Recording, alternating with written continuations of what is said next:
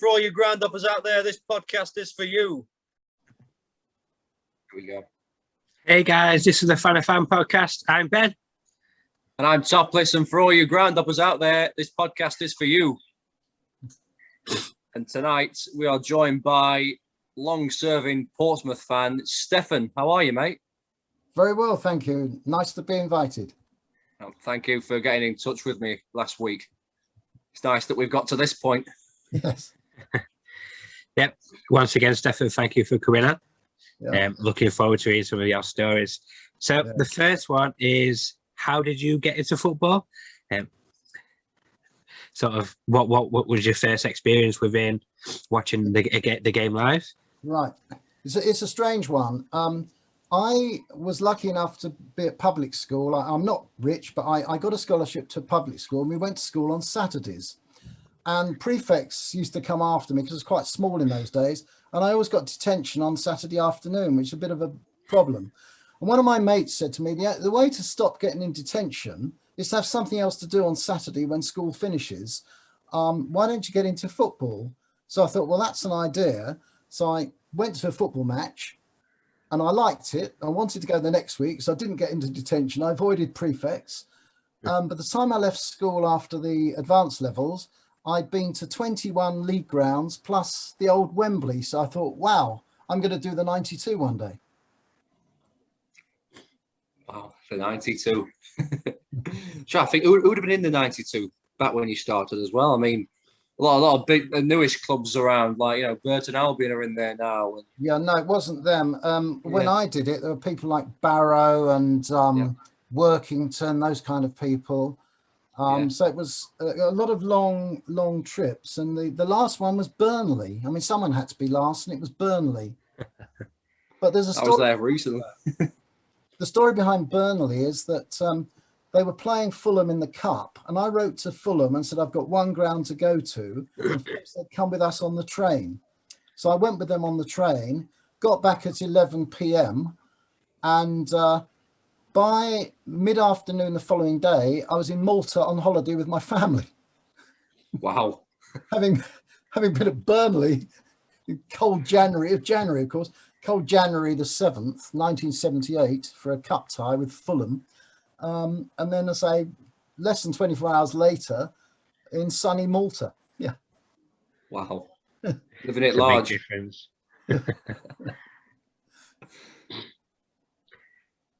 So when you were doing the sort of 92, was there any grounds you preferred more than the others? Anyone what you'd like to return to?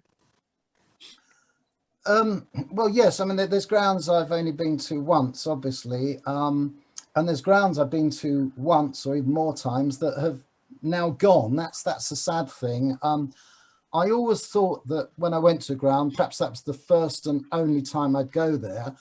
But I think one that I did enjoy was Plymouth Argyle.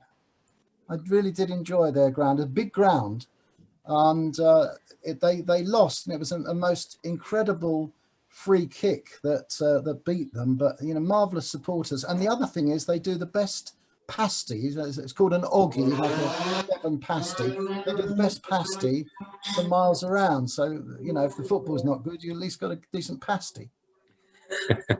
Right, so we've got a rival then. Cornish to Devon pasty, is it then? Yeah, but there's no league grounds in Cornwall, are there? No, there isn't now. So someone's got to take it, I suppose. Yeah. But, Home Park then. So what was it like back then, Home Park? Because obviously it's all seated now. Back then it was standing. It was very open. The feeling you got, that it was very big. It was very large, very large ground. A lot of things coloured green, of course, which is the colours they play in, and very, very open. I mean, apart from, I think there was probably the grandstand. There may have been a shed on one side, but very, very open. And they lost to a free kick, and it was a marvellous free kick on about the halfway line. A chap took the free kick. His colleague was about 5 yards away with his legs together. As the chap kicked the ball, the chap got his legs apart, and the ball flew up from his legs and into the top corner. That must be very difficult to practice. Just a little bit. Yeah. And it was 0-1. That was my abiding memory of that game. Oh, and speaking to Malcolm Allison, who was the manager of the opposing team, he had managed Plymouth, and we had a chat after the game because he'd given me a lift some years ago, and I reminded him of it and thanked him, and he in turn said, well, thank you for coming to Plymouth today. So that was nice, 10 years after I'd met him. That's brilliant. Love that. I've got lots of stories of football. Yeah. It's going to be in the book. It's going to be in the book. So who is your main team? Do you have a main team? Yeah, it's Portsmouth through and through. The two teams I follow, Portsmouth, and we have always had a close relationship over the years with Charlton Athletic. We always bring Christmas cakes to Charlton. They always bring Christmas cakes to Portsmouth. We swap birthday cards, and so Portsmouth and Charlton are really my two teams, if you like. Wow. So what? How did that come about then? Portsmouth and Charlton. I think Portsmouth joined the league in 1920 as a founder member of the third division, as it was then. The following year, it was called the Third South, and Charlton joined. But I think they'd known each other in Southern League days, and there was always a kind of a rapport.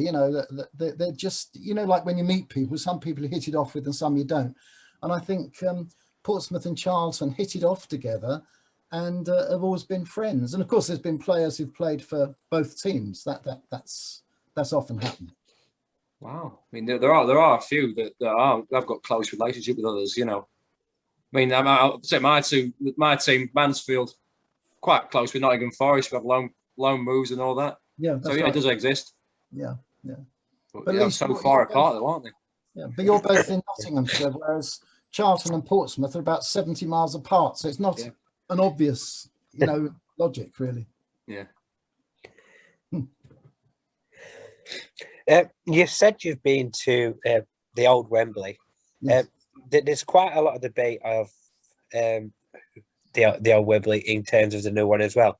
That a lot of people don't like the new Wembley compared to the old one. Are you in favour of the old Wembley? I think it was of its time. It was built for the exhibition of 1924, and I think that says it all. It's of its time. We used to love going for the spectacle, to be at Wembley, and players like playing at Wembley. But in terms of actual comfort, it was very poor. And by the time it was pulled down, it really wasn't fit for purpose. Overseas players love to come because they can say, I've been to London, I've played at Wembley, this is every player's dream. But in terms of the spectator side of it, it was absolutely rubbish. Really was rubbish. Difficult place to be, and I didn't like it, to be honest. No. And what about the new Wembley? Is there anything you can say about that one? What I liked about the new Wembley, the arch, I saw it yesterday when I was on the way to Northwood. I think that arch is fantastic, and what I understand is it's not just an arch for artistic purposes. It apparently supports the roof. That's wonderful. And the thing I enjoyed the first time I went there was something flying about, and they've got it's a camera that flies on the roof, so you look up and there's this black thing flying about. I thought it was a bat or a golden eagle, but it wasn't. It was a camera, and it keeps taking pictures, so every now and again people see their faces on the screen, and that's quite friendly. It makes people happy, and I think it's a lovely place. And I also like all the escalators, the different levels you go up. It's like going to Harrods or some department store. It's really it's light years away from the old Wembley. You can't compare them. It's wonderful. I think it's wonderful. Is it the home of football, would you say? Well, it's the home of English football, and I think if only the FA Cup final was at Wembley, it would be lovely. But the trouble is now, as you know, I'm Mansfield, no disrespect, but Mansfield Town have played at Wembley. Hartlepool have played. I think any player who plays till he's about 32, with a bit of luck, will play at Wembley. So while it's the home of football, I would prefer it to be so few players that got there. rather than, you know, it's like the MBE. If everyone gets the MBE, it's not worth anything. But if few people get it, it is. And so I think, yes, it is the home of football, but I wish there were fewer teams getting there, if you see what I mean. Okay. Yep, it's a fair point. So you mean like, you know, the playoff finals and the FA Cup semi-finals, and you think it'd be better played somewhere else? Well, I mean, traditionally, in my younger day, they were always Villa Park and Hillsborough. But of course, when you had the Hillsborough disaster, and I was lucky because I'd been to Liverpool in the 6th round that year, and I was hoping to get a ticket for the semi-final at Hillsborough against Nottingham Forest, because I'd been to every round of the cup. I failed to get a ticket to get to Hillsborough that day. I'm very fortunate, aren't I? But they used to have the semi-finals at Villa Park and Sheffield Wednesday almost always, unless either of those were in the semi-final. I suppose there's no reason to have the semi-finals at Wembley because you've got big grounds outside. I mean, you've got Manchester United, Manchester City, Newcastle United. You know, there's loads of teams that could host a semi-final. I think Wembley's a bit overdone, to be honest. That is a fair point. I remember, obviously, me growing up, it was Villa Park and it was Old Trafford in the end. That had the semi-finals. That's right.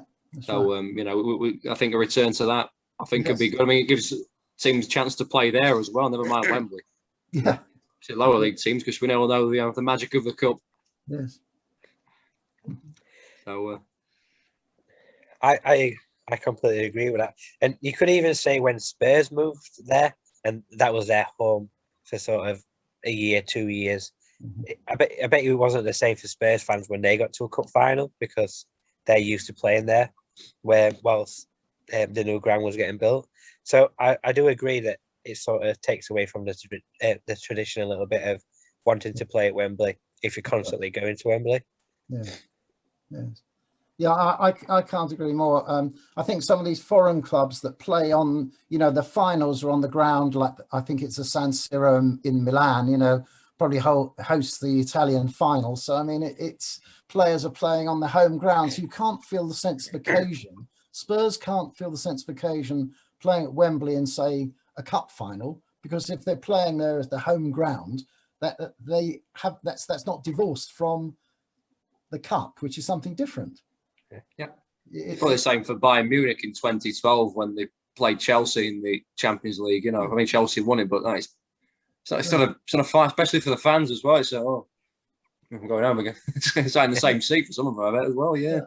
But then the other side of that is where I correct me if I'm wrong, but I think there were 2 English teams that played the European Cup final in Moscow or in Baku in Azerbaijan. I mean, I think Arsenal and Chelsea, wasn't it, played in Azerbaijan.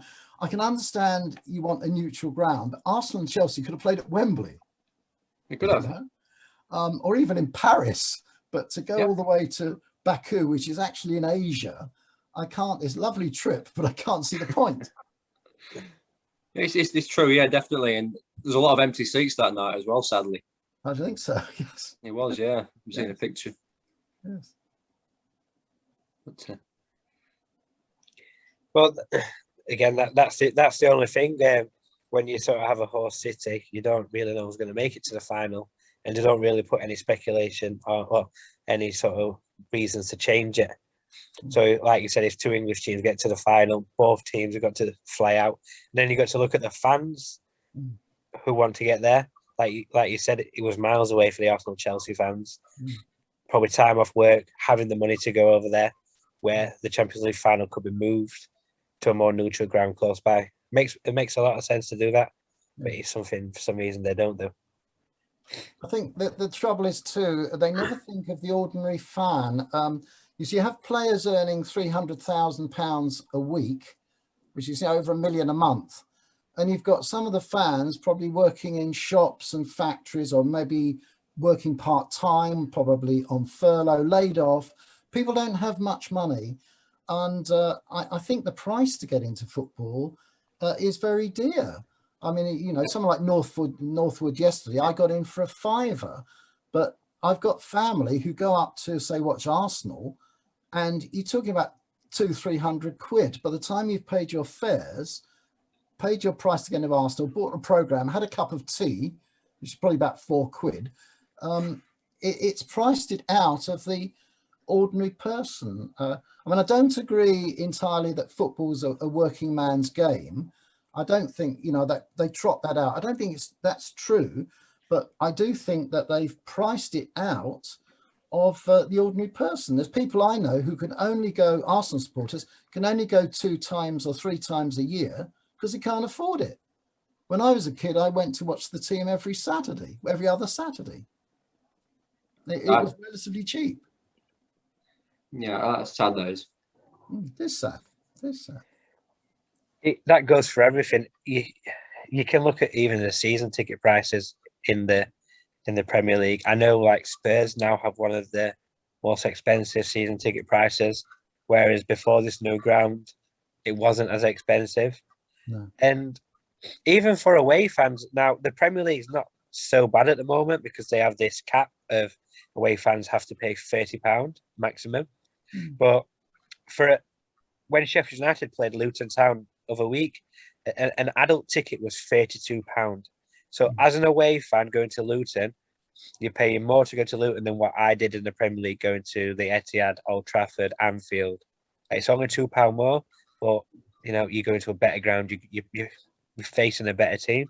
So there is some people where, especially some teams, they realise that, well, we're playing this team, they have a decent fan base, we're going to charge them more because they know they're going to make more.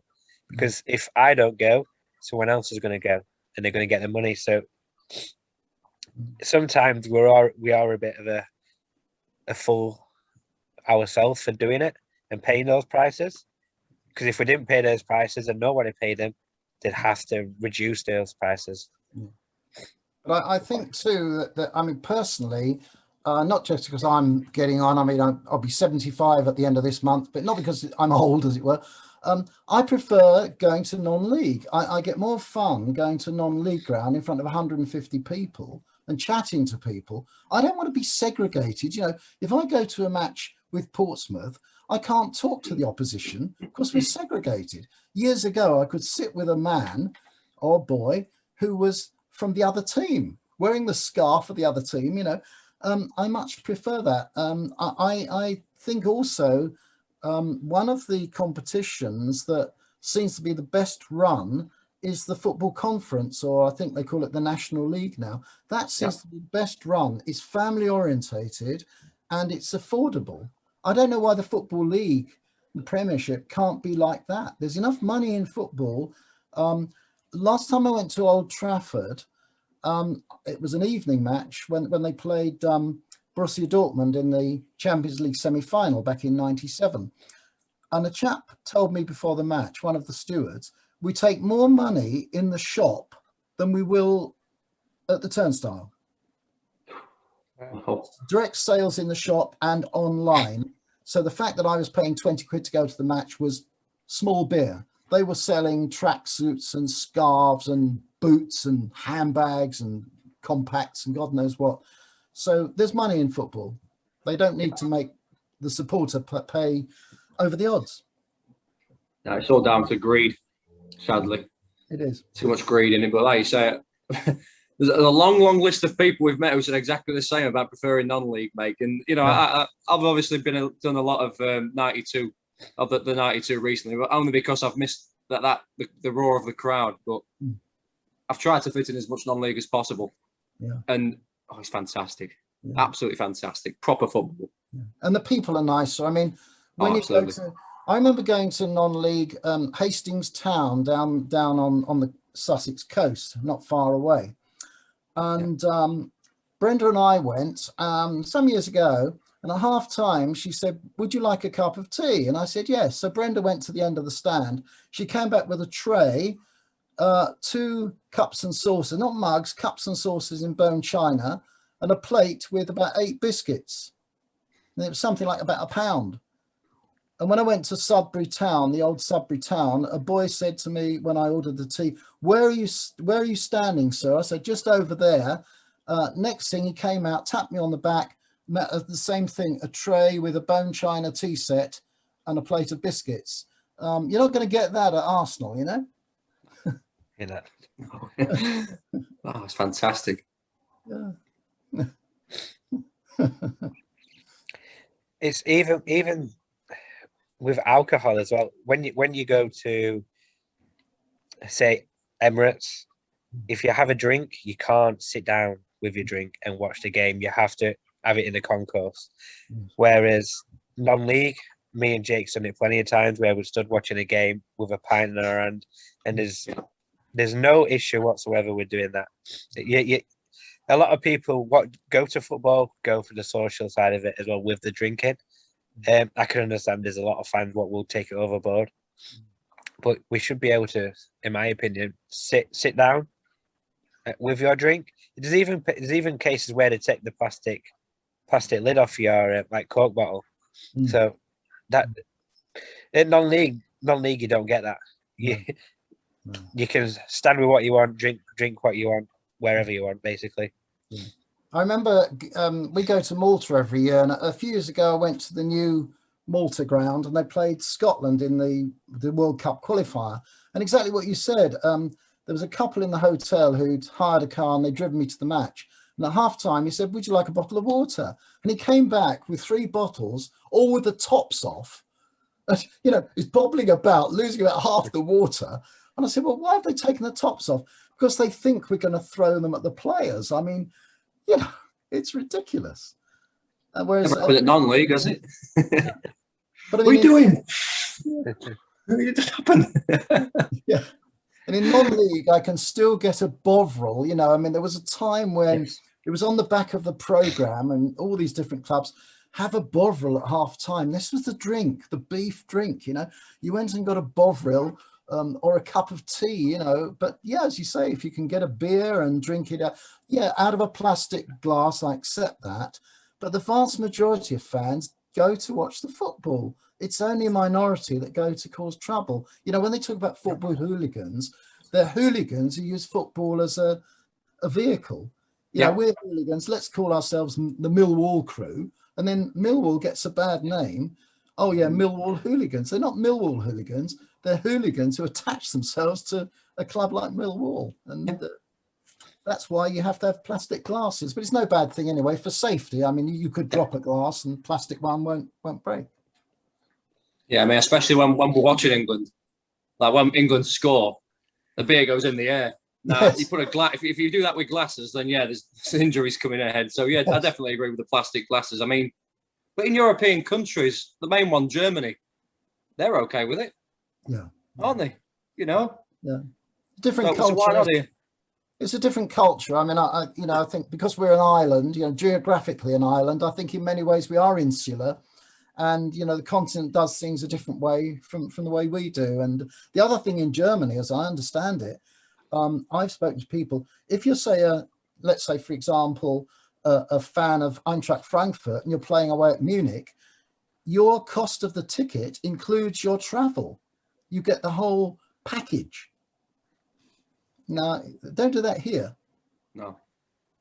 I heard that in Dortmund. If you show your match ticket on the bus, free bus journey to the ground.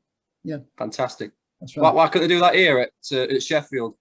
Yeah. For Wednesday fans, if you live in town, here's my ticket, boss. Off you go. Tram to Hillsborough. You know, it makes sense, doesn't it? The other thing that's quite criminal, I was at MK Dons a few years ago. They were playing Barnsley, and I was talking to a man from Barnsley. He's there with his grandson. He was the same age as me. When we got on the bus to go to MK Dons, I showed my senior bus pass. He got his purse out, and I said, "Look, hang on. You've just told me you're 68. He said, "In Barnsley, you've got to be 70 or something." I, in my innocence and ignorance, thought 60 was the age right around the country where you got a free bus pass. Wow. Apparently in Barnsley, he said every year he got to, it was another year. So if he lives to be 100, it'll probably be when he's 101. It's wrong. Wow. That's not nice, though. No. Do you think it maybe run a little bit different in Germany, though, due to the fact that they have that 50+1 aspect to the clubs, whereas over here we don't really have any say in the clubs? What, like Arsenal, Spurs, Chelsea, they can do whatever they want. The 51% fan ownership model. Yeah. But they have. Yeah. What do you think? Yeah. Oh, I think that's probably right. Yeah.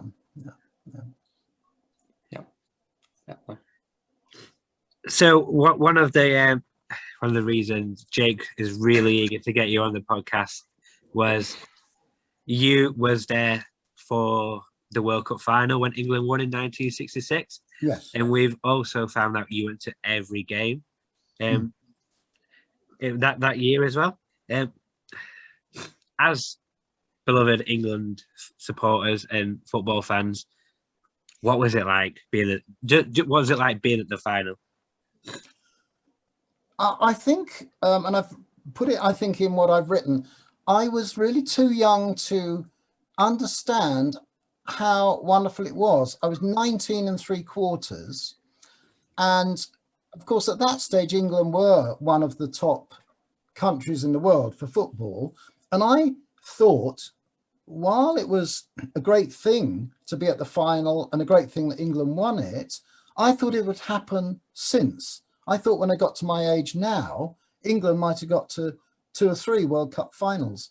So it was for me not as wonderful as it may have been for other people, because I just thought it would be the first of a number of things, and just accepted that we were one of the top footballing countries in the world. It's a fair point, to be fair. I mean, you would with a team like that as well that we had. Bobby Charlton, Bobby Moore, Nobby Stiles, all that lot. I mean, it's a good side back in those. I know it's a bit beyond my time, but still, looking back, I mean, even in 1970, I know England, when they went out, they were actually 2-0 up. So who's to say they couldn't have gone and had another go at it? But well, I think in 1970, obviously, I saw those matches on TV. In the quarterfinal and semi-final, the better team lost. England played Germany and England played Italy, and in both occasions, the better team lost. So I did think England might have got to the final in 1970. But in saying what you said about Charlton and those players, Hurst, they were very good. But personally, the team I liked in 1966 was Portugal. I thought they were the best team. And I think the England-Portugal semi-final was the best match by some distance. Wow. So players like, obviously, Eusebio was the main man of Portugal team, wasn't he? But I mean, I can't think of any other names in that Portugal side. But they were nearly all, and I've written this, they were nearly all, I think, out of the 11, and they no substitutes in those days. Out of the 11, I think 9 of them played for Benfica. So people like Torres, Augusto, Colunia, Pereira. And I'd seen them before the World Cup started in the June. They were in Glasgow. And I was a soldier because I'd left school, and after A-levels, I became a soldier before I went to university. And they played in Glasgow. And as Eusebio got down, this is at Hampden Park, the old Hampden Park. As Eusebio got down from the coach, I mean, there were thousands of kids and adults around there. And he had all these black and white photos of himself signed, and he was throwing them down for everyone to pick up. Unfortunately, I was a soldier, wearing a kilt and sporran, and I couldn't exactly dive on the ground with the kids. So I just stood back and admired him. And the last time I saw him was, I think that last time I went to Old Trafford against Borussia Dortmund. I think it was then. They brought him out and they said, we've got someone in the crowd today who was playing, years ago in the 68 final. And he came out onto the pitch. And I mean, what a great man. He was a great player. He scored 9 goals, the top scorer in 1966. And just a wonderful player, and I think a wonderful man. Yeah, one of the greatest, definitely. But people our age will never realise. But I think they were 3-0 down to North Korea. Yeah, and he scored all 5, didn't he? That's right. I mean, that was the quarter-final. I was there when England played Argentina, standing behind 1 goal, and down at the other end, you didn't have an electronic scoreboard. It was rather like a cricket ground. They put the numbers up, and they showed the quarter-final half-time scores, and they put up Portugal 0, North Korea 3, and we thought they got it the wrong way round. But some people, I think, had radios and found it was true. But in the end, Portugal won 5-3. But that was that moment, that quarter of an hour at half time. I think people were talking about that more than anything else. Wow. But then there'd never been a big footballing nation still to this day, North Korea. So, no. I mean, with Portugal, they've always been there and thereabouts, haven't they? Yeah. So, yeah. But the good thing was, I mean, North Korea, as you know, it's not a great regime. It's very military. It's very much communist. They're not friendly. But in saying that, I think they were based at Middlesbrough and Sunderland. And I remember people like Pak Do-ik was one of the players. They all had names like that. And he was a hero. I mean, all the girls up there apparently had signed photographs of him. So they made themselves the darlings of that group. It's group 4 in Middlesbrough and Sunderland. So North Korea certainly had a following, even though the country itself, it's not a country you particularly want to go to or have anything to do with. But they certainly made friends, the North Koreans, and they were probably the most popular team at the World Cup because they were the smallest and everyone wanted them to do well. We all love an underdog, don't we? Yeah. I think we were all deep down cheering on South Korea in 2002, weren't we, to an extent, definitely after England went out. But, I mean, in 1966, you touched on, you went to 10 games, all in London. Do you have a favourite? The strange thing was all 10 were in London, but it just shows you the English mentality. On the Friday of the first week, France were playing Uruguay. All the matches were at Wembley.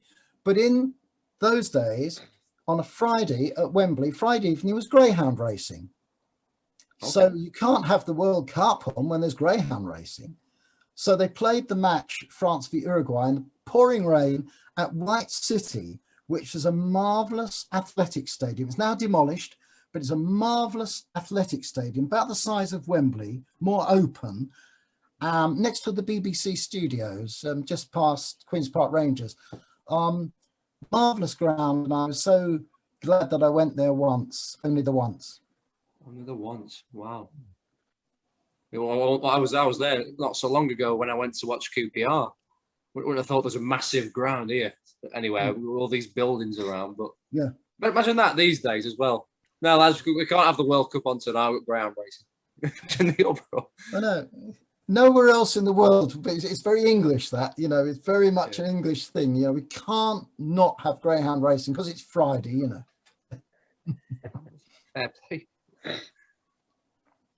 Wow. I've got to ask, like, after England won in 1966. Now, I mean, if England had won the Euros this year, we would have all partied in the streets. We'd have all called in sick the next day. Most people. What was it like leaving the stay after lifting the cup? Yeah, I don't know. I mean, what people did in 1966, but my problem was I had to get back to Scotland, to Edinburgh, because I was a soldier, and I'd accumulated leave because I couldn't come back home on 48-hour leave. You can't go from Edinburgh to Portsmouth. So I tended to work virtually 7 days a week, always doing extra duties. So I was able to get 3 weeks off for the World Cup. But the fact was I had to be back in Edinburgh by 1 minute to midnight on the Sunday, the 31st of July. So I had to really get my act together, get packed and get on that train back. There was no time for partying or drinking. I had to be on duty as a soldier. So just on there, like, England's won the World Cup, and you've literally got to go straight to work after the game. Well, that deal, you see, I signed on the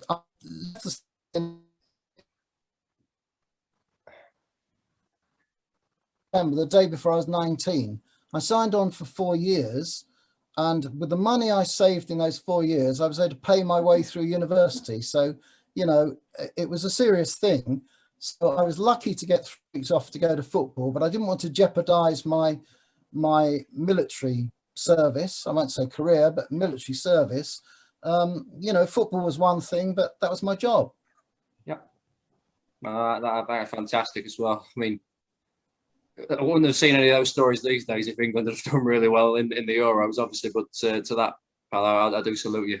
Fantastic. Don't think I would. I'd had to have seen it, me personally, I think. But wow. But I mean, I'm guessing you saw England lift the cup. Saw Bobby Moore lift the famous cup. I mean, what was it like when he lifted the cup? Yeah, that was lovely. And the Queen, of course, looked magnificent. I mean, she was only 40. She was just turned 40. She was there at the first match against Uruguay, and there at the final. She looked beautiful. And, of course, Bobby Moore, as we all know, wiping his hands on his shorts because he didn't want to, although the Queen was gloves, he didn't want to offer dirty, sweaty hands to the Queen. So this moment that he thought about dignity and then received the cup, it was marvellous. And all the players, the German players as well, were so happy. They all went for a meal in the evening together. And despite the fact of the 2 world wars, which is often talked about, the actual players were friends. You know, they played each other. I mean, West Ham had played Borussia Dortmund in the Cup Winners' Cup semi-final in the April. So people like Siegfried Held, Lothar Emmerich, they were known, Tilkowski, they were known to the West Ham players. So these weren't strangers. These were people they'd actually got to know. So it was a friendly final, I think. Wow. I mean, I've seen the highlights of the game, and I remember at the end, I don't see this, but I think the German players did a lap of honour. Yeah. Waving, didn't they, after losing as well? I don't see that these days, but... No. Wow. And no. One more thing I want to touch about in the World Cup final. I'm sure you know the famous quote, "They think it's all over. It is now." What was your reaction when that goal went in? Well, it was just... you just couldn't believe it because, you know, he went racing up, and Tilkowski, as I remember, he was a very good goalkeeper, but he's virtually standing still. I mean, he didn't dive or anything, whether he thought the whistle was about to go, which it was, and Hurst just really cannoned it in. I was down the other end, and Hurst just cannoned it into the net, and you thought, well, yeah, that's it now. The third goal, I was behind that, and I'm sure it went in. It went in and came out, but it did cross the line. But if there was any doubt, there wasn't when the fourth one went in. It was marvellous. And there's a lovely quote. The chap who said they think it's all over was Kenneth Wolstenholme. And a bit later on, he was over in Germany commentating on a match in Dortmund. And a German said to him, "Have you been to Dortmund before?" And he said, "No, but I've flown over it a few times." What he didn't tell them, he was actually in Bomber Command as a pilot during the war. Oh, right. Flown over on a bombing mission. Good to didn't press the big red button over that ground. Yeah. No, wow. So, I mean, I've obviously seen the third goal. I'm still not sure it crossed the line. You're absolutely certain it did. Well, and as you say there as well, like it went in and came out. But if you look at the reaction of, I think it was Roger Hunt. Roger Hunt followed it in, and he saw it cross the line and wheeled away. If it hadn't crossed the line, he would have he would have tapped it in, wouldn't he? More than likely, yeah. Yeah. But again, like you say as well, with that last goal. Like I remember seeing the highlights, it cut to the referee, went like that. He was like, no, play on. So it's like, yeah, you would think. I mean, this day and age, the referee was everyone stops, even the crowd stop. Yes. So lots of things changed, haven't they? But, and I think with Hurst, I've got a book that it was quite an expensive book about the World Cup, and in fact, the end papers of the book. There's obviously paper, but it's got in print embedded in it pieces of grass from Wembley's turf, the old Wembley. So as you open the book, the end covers have got bits of grass. And one of the quotations from Hurst is, he said, well, you know, he used to blow his cheeks out when he hit the ball. He just blew his cheeks out, wanted to hit the ball as hard as he could because he thought, well, there's only a few seconds left. And if it goes into row Z, that's fine. So it wasn't necessarily a true beautiful shot. He just wanted to hit it as hard as he could. If it went in, fine, but it went over the net or whatever, the referee would blow the whistle. England would have won the World Cup. Because when it went in the net, I mean, I think we were all, well, it was a surprise, I think, as much as anything. And I mean, we were gobsmacked. I think you could use that word. People were just gobsmacked. Wow. I mean, what was the celebration sort of like when that fourth goal went in? Because I'm sure you're familiar with the term limbs. Mm. Me and Ben have had our fair share over the years. Mm. What was it like then? We all going crazy, or we just like the great thing was you didn't have segregation, and so I was behind the goal where the third goal went in, and around me there were Germans, there were French, there were Mexicans, because we'd had them in the qualifying in the group game.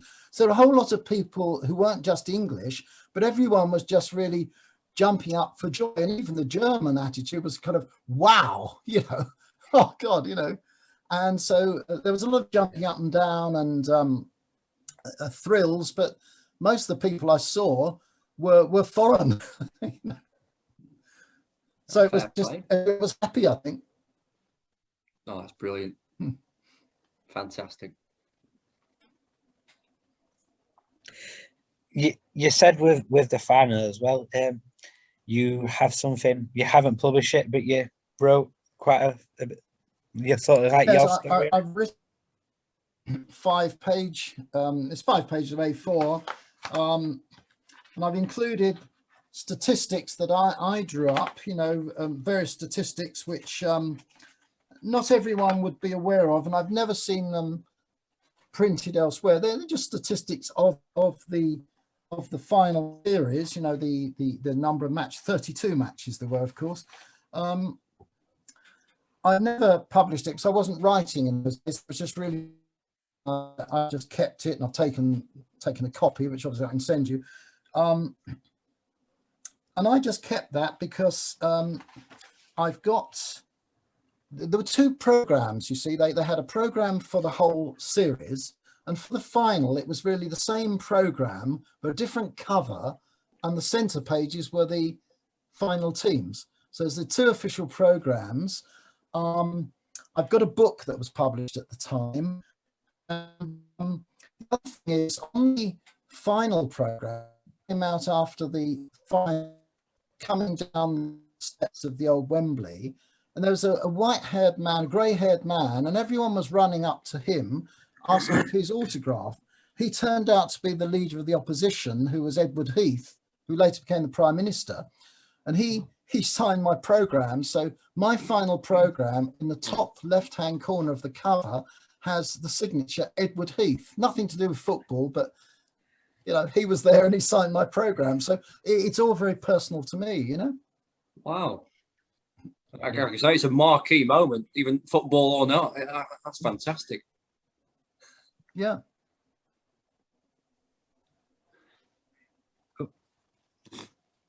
Would you be willing to share some of the stats, what you wrote down? Yeah. For example, well, just run down, the total number of matches was 32. The total number of goals was 89. If you divide one to the other, you get 2.78125 goals per game. The average score was 2-1. Then 9 of the matches finished 2-1. The leading goal scorer was Eusebio with 9. There were 2 own goals, Davidov and Vutsov, both of Bulgaria. There were 5 sent off, Albrecht and Ratin of Argentina, Silva and Troche of Uruguay, and Chislenko of the USSR. All the previous World Cup winners were represented. I know it was only the 8th World Cup, but Uruguay, Italy, West Germany and Brazil were all at those finals. So every previous winner was there. The geographical spread, there's only 16 teams, 10 from Europe, 1 from Asia, that's North Korea, 1 from North America, which is Mexico, and 4 from South America. 1 player played in his 5th consecutive World Cup finals. That was Antonio Carvajal, who was the goalkeeper for Mexico. He played in goal in 1950, 54, 58, 62, and finally in 1966. Wow. Another couple of, then I've listed the goals, but two things about the goal scorers. Say Eusebio scored 9. Bene of Hungary scored 4, but he scored in every one of Hungary's matches. Hungary played 4 matches and he scored in every single one. Jeff Hurst scored 4 goals, played only 3 games. Hurst only played in the quarter-final against Argentina, the semi-final against Portugal, and the final. So only 3 games because he took over from Jimmy Greaves, who was injured, and nonetheless scored 4 goals in 3 games. So those are kind of some of the statistics there. Wow, that's incredible. Just want to talk that last one though. So obviously we know Jimmy Greaves was injured. Jimmy Greaves isn't injured. Jeff Hurst doesn't play the final. Is that what you thought? Yeah, what happened? Greaves played the first 3 games, hadn't scored. He hadn't scored. I don't think he was terribly well. And then, so it wasn't as much he was injured. I think he was ill. And I could be wrong there. And Hurst was put in for the quarterfinal. He'd only made his debut earlier that year, early in 1966, his first game for England. He'd only played a few games for England. He scored the goal against Argentina, and from that quarter-final onwards, it was the 11 that won the final. So before that, there was a change in all the 3 group games. But from the quarter-final, semi-final and final, we stayed with those 11. They say that Greaves was well enough to play the final, but Ramsey stuck with Hurst. And if you see pictures of Greaves sitting there, he looked a very lonely figure.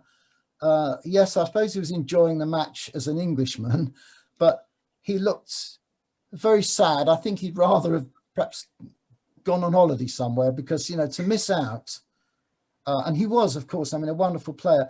All his goals were in the first division. He played for Chelsea, Spurs and West Ham. He scored, I think it was 357 goals in his career, in his top career, all in the first division.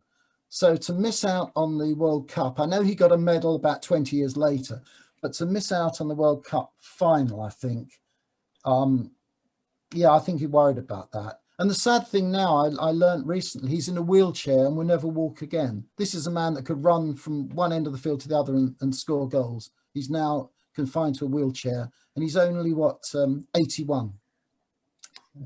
Sad, but I think sad, yeah. Yeah. But yeah, you're right. The pinnacle game, isn't it? The big one. Yeah. Yeah. But nevertheless, still a fantastic career. Yes. Nonetheless. Yes. The last time I saw him, he was 38, I think it was, and he was playing for Barnet in an FA Cup game, but he was 38, quite big. He wasn't a big man, but he put on a bit of weight through drink. He had a bit of a tummy. And you could see he had skill, but I mean, he was 38 and quite fat, and that's the last time I saw him. But at least he did play non-league for the last few years of his career. So he gave something to football at the lower levels, which was nice. Fantastic. That's the thing as well. With some players, maybe now there's the odd player what will sort of, once they're coming towards the end of the career, sort of maybe go back into the non-league. So like Leroy Leiter's now at Nuneaton, for example. We had professional Simon Ramsden, and he went and played for Gateshead. But I feel like that's a bit of a dying art now, because all the money what you can get for playing in the MLS, or if you go to the Chinese Super League, and even out in Qatar and Dubai at the moment, that a lot of players now want that last big paycheck, and they're happy to go and play in a league. What, you know, they probably don't even know half of the teams what are there, and then come back down the leagues and progressively back into non-league and just play for the enjoyment of it. And I do believe that is a dying art. You get some players what will do it, but you don't get as many, in my opinion, as what you used to. I think the trouble is, as you say, it's all about money now, whereas it didn't used to be. I mean, our famous player at Portsmouth, Jimmy Dickinson, he played the first game in 1946 when football resumed after the war, and he played the last game of 1965 season, which was his 40th birthday. So I actually went to that game at the old Northampton Town Ground. He played 19 seasons for Portsmouth from 46 to 65, retired on his 40th birthday, and played 764 times, which was a record, was only ever spoken to by the referee twice in every match. It was good afternoon, Mr. Dickinson. And at the end of the match, thank you, Mr. Dickinson. He was a hard tackling wing half, played for England, was never ever booked, and played his life for Portsmouth, became the secretary, became the manager, had a heart attack on the way to a match at Barnsley, and eventually died aged 57, having given his life to Portsmouth. Now, that to me is a hero. And as you say, the trouble is today, it's go out to China or Qatar or somewhere. It's lovely when you see a player who's perhaps played for a top club and you go to a little ground and you think, isn't that so-and-so? And he's about 38 and still playing for some tiny club in front of 100 people and a dog, you know. Yeah, that's lovely. Also, I like the type of man who used to play 400 odd matches for someone like Rochdale. You know, played when he was 18, retired at 32, and he played every single match for someone like Rochdale, never won a medal in his life, but was happy to have given something to his hometown team. I mean, you know. No, you're absolutely right. Like Ben said there, Leroy Leiter. Yeah. I got a photo with him at Newquay AFC not so long ago when we went to that match. So, yeah. But another one I'll mention to you, Clayton Dalton started his career with York, and he played against Spennymoor for York back on Monday. Yeah. And, you know, it can still happen, and it's fantastic when it happens as well. I think, you know, players like Mark Noble been there, not won a medal in his life. Carragher, Gerrard at Liverpool, Scholes, Man United, those sort of things. You know, they are down in the big clubs, definitely. But Francesco Totti for Roma. Yeah. If you just look at that. Yeah. I mean, if I'm right, he was a Roma fan as well. So not only playing for his club. That helps. One memory I have when I went to Barrow, the one time I went to Barrow, it was the last match of the 67 season. They won promotion to the 3rd division, of course, came to the league 5 years later. But they had a left winger called Brian Pilkington, who played for Burnley and England. And there he was in the dressing room. I was actually a guest of Barrow at the time because I'd obviously travelled so far. They made me a guest of the club. And he was sitting there after he got changed. He was sitting there next to me in the dressing room. And he asked for my programme and he signed my programme. And he said, this is the last autograph I'll ever give as a professional player. And so in my Barrow programme, I've actually got Pilkington's autograph. And I thought, there he was, 30 odd, finishing his career at Barrow, having played for Burnley in England, you know, and quite happy to give me an autograph for the last time, you know. And he was happy. I mean, he was happy and fulfilled that he'd had a career. And he was now walking out as an ordinary civilian man in the street, you know. Yeah. Fantastic. Well, even now, you don't get many players where they are travelling, roaming the streets on their own. They've either got security or they're driving the flash cars. And there's even some players where I think fame hits them a bit too hard. I mean, you could look at, for example, McBurney, who's getting into trouble quite a bit. Grealish, he's had his fair share of trouble with the COVID. Quite a few players were breaking COVID restrictions. So there's some of them get too big-headed. Think they're better than everyone else. And I feel like that's just this game at the moment. They think they got the money. They think they can do what they want. Yeah. But you get the other side of that. I remember going to Halifax Town in 1968 when Alan Ball's father, Alan Ball Sr., was the manager. And I come from Manchester to Halifax on a small train, one of these little sprinter trains. And he said to me, well, don't worry about getting back to Manchester. My mate Dennis will give you a lift. So I got into this ordinary saloon car with this chap just called Dennis, and we were driving back to Manchester, and we're talking about all sorts of things, not football. And this is so many years ago. I'd never been to Hungary at that time. And I happened to say to him, have you ever been to Hungary, Dennis? He said, yes. He said, I was there in May 1960 or 61, whatever it was. So I said, that's when England beat Hungary, didn't they? 2-0 in Budapest. And he said, yeah. He said, I was inside left.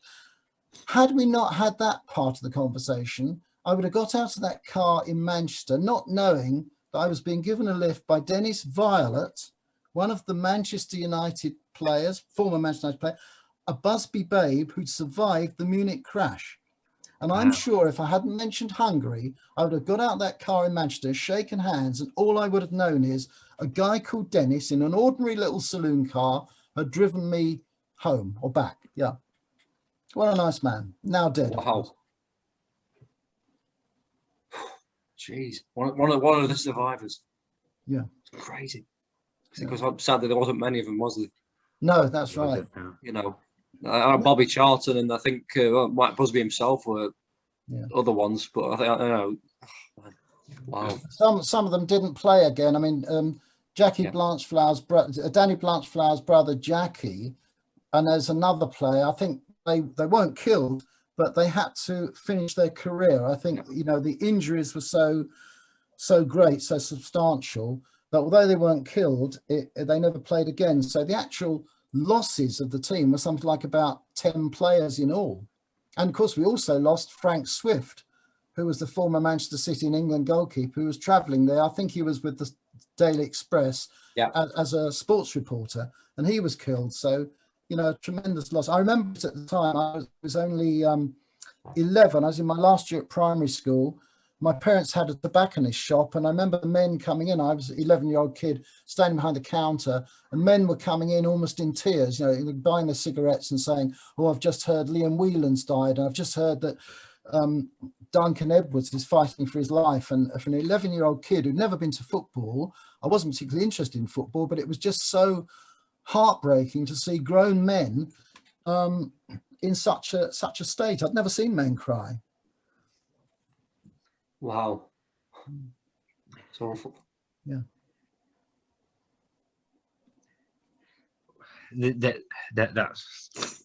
There's been quite a few disasters there, hasn't it? It was touched on the Hillsborough one before. There's the Bradford one. Even to the point now in recent with Leicester's owner, with the unfortunate events of the helicopter, and then is it Salah, the player what Cardiff was going to? Yes. Yeah, Emiliano Salah. Yeah. So Yes. there's always events like this. What? Sometimes it brings A sad one was in 1948. There was a player who played in the 60s. I think his name was Sandro Mazzola, who played for Italy. His father had played for Italy. And in 1948, I think it was, there was what they called the Superga crash. And what it was, they were flying back, presumably to Italy. And I think there's this mast or something, you'd have to look it up, called Superga, that's Superga. And the aeroplane hit the mast and all the players were killed. It was probably about the whole 11, and one of them was Sandro Mazzola's father. So that was obviously 10 years before Munich, but that was at that time the worst sports-related disaster. But because Manchester United, it hit home because it was us, it was our country and our players, Yeah, horrible when it happens. I mean, I can remember there was a story. Remember the 1994 World Cup, Colombia lost to an own goal by the centre half, Andres Escobar, I think his name, and he was murdered in the early hours of the morning. I think a week later, and I don't know if it was true, but I heard a story going around that they were actually after the other Escobar, who was quite big back then as well, Pablo. Yeah. But an own goal, and that's it. That does happen. And in 1950, when England lost to the USA in the 1950 World Cup, the chap who scored for the USA Larry Gaetjens. He came from Haiti, and some years later he was murdered. You know, he scored this goal that beat England, and he was murdered. And it does happen. In 1978, fine, I think when Argentina won the cup in Argentina in 1978, just before the final, Luque, who was the Argentine centre forward, his brother was killed. I think that was, whether it was gang related, but he was killed in Buenos Aires days before the final. So I think in South America, you know, people just, I can't generalise, but I'm sure there's more likelihood of being shot there, whereas in this country you might be bopped on the nose. I think out there it's probably you're likely to get shot. It's a different culture. Yeah, different. I've seen documentary on the River Plate against Boca Juniors game back in late 2018. You know, they met each other in the final. Two really arch rivals, and the second leg before the game, outside the ground got so bad that they had to call the game off and play it at Madrid in the end. Yeah, which was very sad. Yeah, because one of the players was hit with something. I think the River Plates were attacking the Boca bus, and they got through the windows and it hit one of the players in the back of the head with something that had to have him hospitalised. I think it's sad. I know, you know, there's a quotation by Bill Shankly saying, you know, people think football is about life and death. No, it's more serious.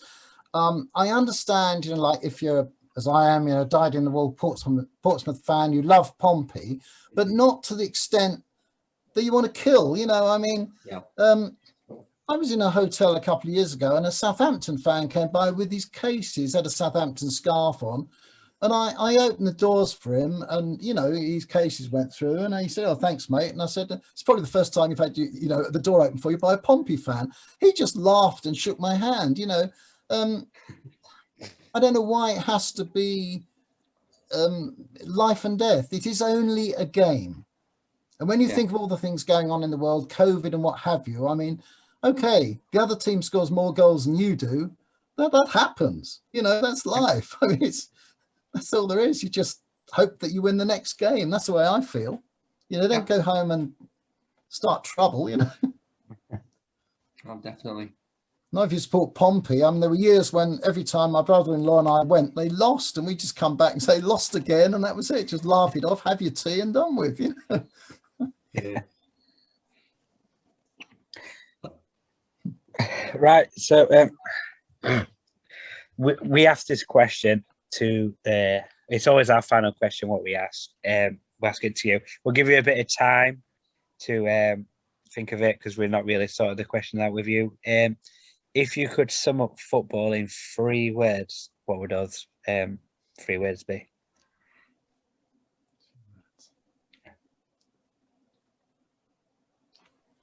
Excitement. I think excitement would be one.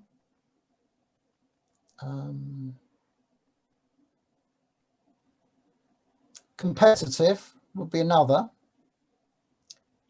It's excitement, competitive. And I think enjoyable. Because I get enjoyment out of going to a competitive game, which is exciting. And that's nothing about winning or losing. It's just you go there to be entertained.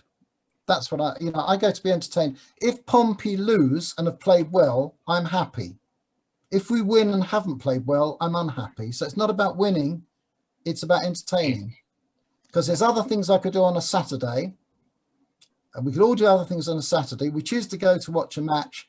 We certainly want value for our money, entertainment, come back with a smile on our face.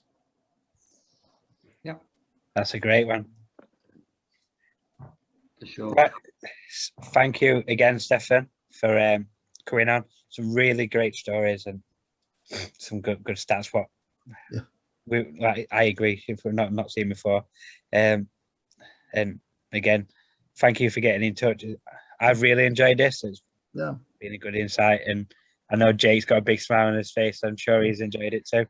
Well, I'll stay in touch with Jake. Obviously, I mean, you know, we continue when I go to matches, and you know, I'll send you emails, and you know, we continue our conversations. I'd love nothing more, mate. Absolutely. I mean, this was all possible just because you went on the contact page in my blog. So thank you very much for that. And I'd love to see you down at Portsmouth one day, or at any other ground down south. Most likely a non-league one. Yeah. Even though I do need the 92 still, but fantastic. Thank you very much. No, thank you. Thank you.